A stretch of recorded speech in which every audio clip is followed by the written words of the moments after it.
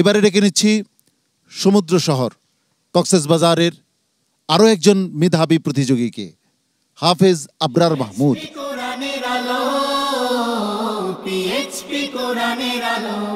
আসসালামু আলাইকুম ওয়া রাহমাতুল্লাহি ওয়া বারাকাতুহু। ওয়ালাইকুম আসসালাম ওয়া রাহমাতুল্লাহি ওয়া বারাকাতুহু। আবরার হোসেন, ভালো আছো তুমি? আলহামদুলিল্লাহ ভালো, আপনি কেমন আছেন? আমি বেশি ভালো নাই তোমারে দেখে।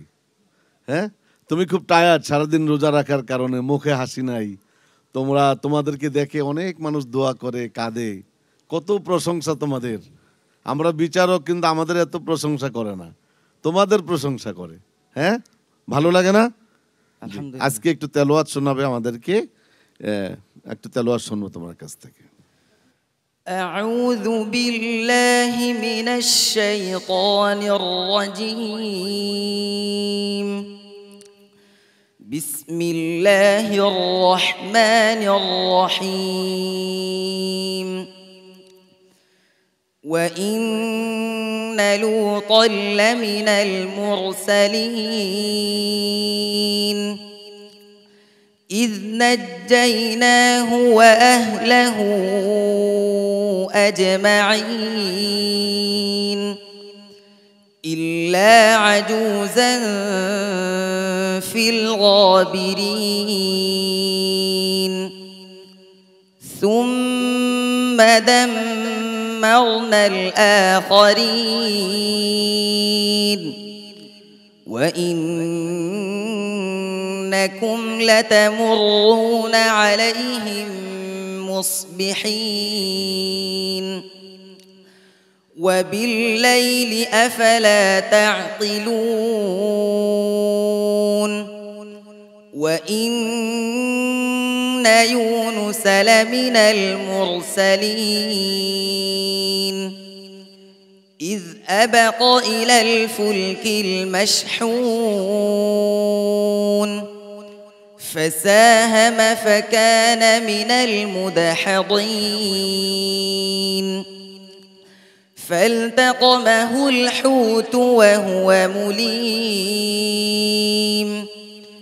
فلولا أنه كان من المسبحين للبث في بطنه إلى يوم يبعثون فنبذناه بالعراء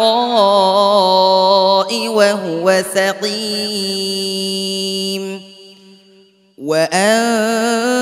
وأنبتنا عليه شجرة من يقطين وأرسلناه إلى 100,000 أو يزيدون حسبك صدق الله مولانا العظيم।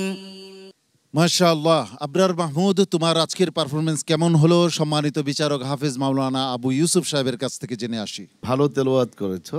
তেলাওয়াতের তোমার যে সুরটাকে আরেকটু নিয়ন্ত্রণ করতে হবে। হ্যাঁ, নিয়ন্ত্রণ করতে হবে, খুব বেশি প্র্যাকটিস করবে, খুব বেশি। যত বেশি প্র্যাকটিস করবে তত তোমার তেলাওয়াত সুন্দর হবে। তেলাওয়াতের সাথে সাথে তোমার সুরটাও কিন্তু তোমার আয়ত্তে চলে আসবে। হ্যাঁ, আর ইদানিং আমি একটি মেসেজ পেয়েছি, আমার ভাষা নেই, কোন ভাষায় আপনাকে মোবারকবাদ জানাবো। আপনার 2 জন আদরের নাতিকে আপনি কোরআনের হাফেজ বানানোর নিয়ত করেছেন। আমি সব সময় বলি যে মসজিদের খুতবা দিবে এই দেশের যারা সম্পদশালী ব্যক্তি, তাদের সন্তানরা মসজিদের ইমামতির দায়িত্ব নিবে, খুতবা দিবে, তাহলে কোরআনের সঠিক কথাগুলো তারা জনগণের নিকটে বলতে পারবে। স্যারকে মোবারকবাদ জানাচ্ছি, এবং আমি মনে করি যে আপনার লেভেলের যারা, ইনশাআল্লাহ তারাও তাদের সন্তানগুলোকে আগে কোরআন শিখাবে, এরপরে দুনিয়ার অন্য শিক্ষা তারা দিবে। আমরা এই আশাবাদ ব্যক্ত করছি এবং আল্লাহর কাছে সাহায্য চাচ্ছি। এবারে আমরা মতামত নিয়ে নিচ্ছি সম্মানিত বিচারক মোহতারাম ফখরুল হুদা সাহেবের। মাশাআল্লাহ, আবরার মাহমুদ সুন্দর তেলাওয়াত করেছো।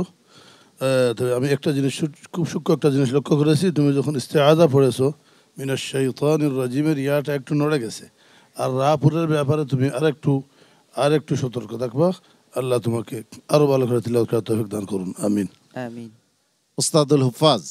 সম্মানিত কাতার প্রবাসী বাংলাদেশের গৌরব, আলহামদুলিল্লাহ আমার এই বয়সে আমি যত হাফেজে কোরআন দেখছি, উস্তাদ দেখছি, ওনার মতন একজন বিজ্ঞ হাফেজে কোরআন আমার চোখে আমি আজ পর্যন্ত দেখি নাই। আলহামদুলিল্লাহ আল্লাহ তাআলা ওনার এই মেহনতকে কবুল করেন এবং ওনার প্রত্যেকটি সন্তানও, ওনার ছেলে সন্তান যা আছে প্রত্যেকে কাতারে একটা খুব কঠিন হেফজ প্রতিযোগিতা হয়, সেখানেও ওনার সন্তানরা সবসময় ফার্স্ট হয়েছে, উনি নিজেও ফার্স্ট হয়েছে। এটা বাংলাদেশের গৌরব। আলহামদুলিল্লাহ আল্লাহ তাআলা আমাদের সবাইকে কবুল করেন। তো রাফুর বারিক হজরত বলছেন তোমার রাটা তাকরার হয়ে যায় বেশি, লাতা মুরুনা এমনটি হবে না, লাতা মুরুনা শক্ত করে ধরবে, রাটা বেশি পোর হয়ে যায়, আরো কম পোর হবে, পাতলা হবে, মনে থাকবে ইনশাআল্লাহ। আমাদের সম্মানিত অভিভাবক মাশাআল্লাহ আবরার মাহমুদ খুব সুন্দর তেলাওয়াত করেছেন মাশাআল্লাহ। বাচ্চা মানুষ এই বয়সে এই বিশ্ব সমাজের সামনে আপনি যেইভাবে তেলাওয়াত করলেন এই রমজানুল মুবারকের অপর্ণ বেলায়, আমরা আল্লাহর কাছে বিগলিত হৃদয়ে দোয়া করি, আল্লাহর কাছে করুণা ভিক্ষা চাই, আপনাদের মতো সন্তানদেরকে আল্লাহ যেন কবুল করেন এবং আপনাদেরকে যেন আল্লাহ উভয় জাহানের পরিপূর্ণ কামিয়াবি দান করেন। আমিন। আমিন। আসসালামু আলাইকুম রহমতুল্লাহ বারকাত। অনেক অনেক ধন্যবাদ সম্মানিত অতিথি আবরার মাহমুদ, তোমার জন্য অনেক শুভকামনা রইল। আগামীকালও চমৎকার পারফরমেন্স উপহার দিবে এই প্রত্যাশা রাখছি। ধন্যবাদ তোমাকে। আসসালামু আলাইকুম ওয়া রাহমাতুল্লাহি ওয়া বারাকাতুহু।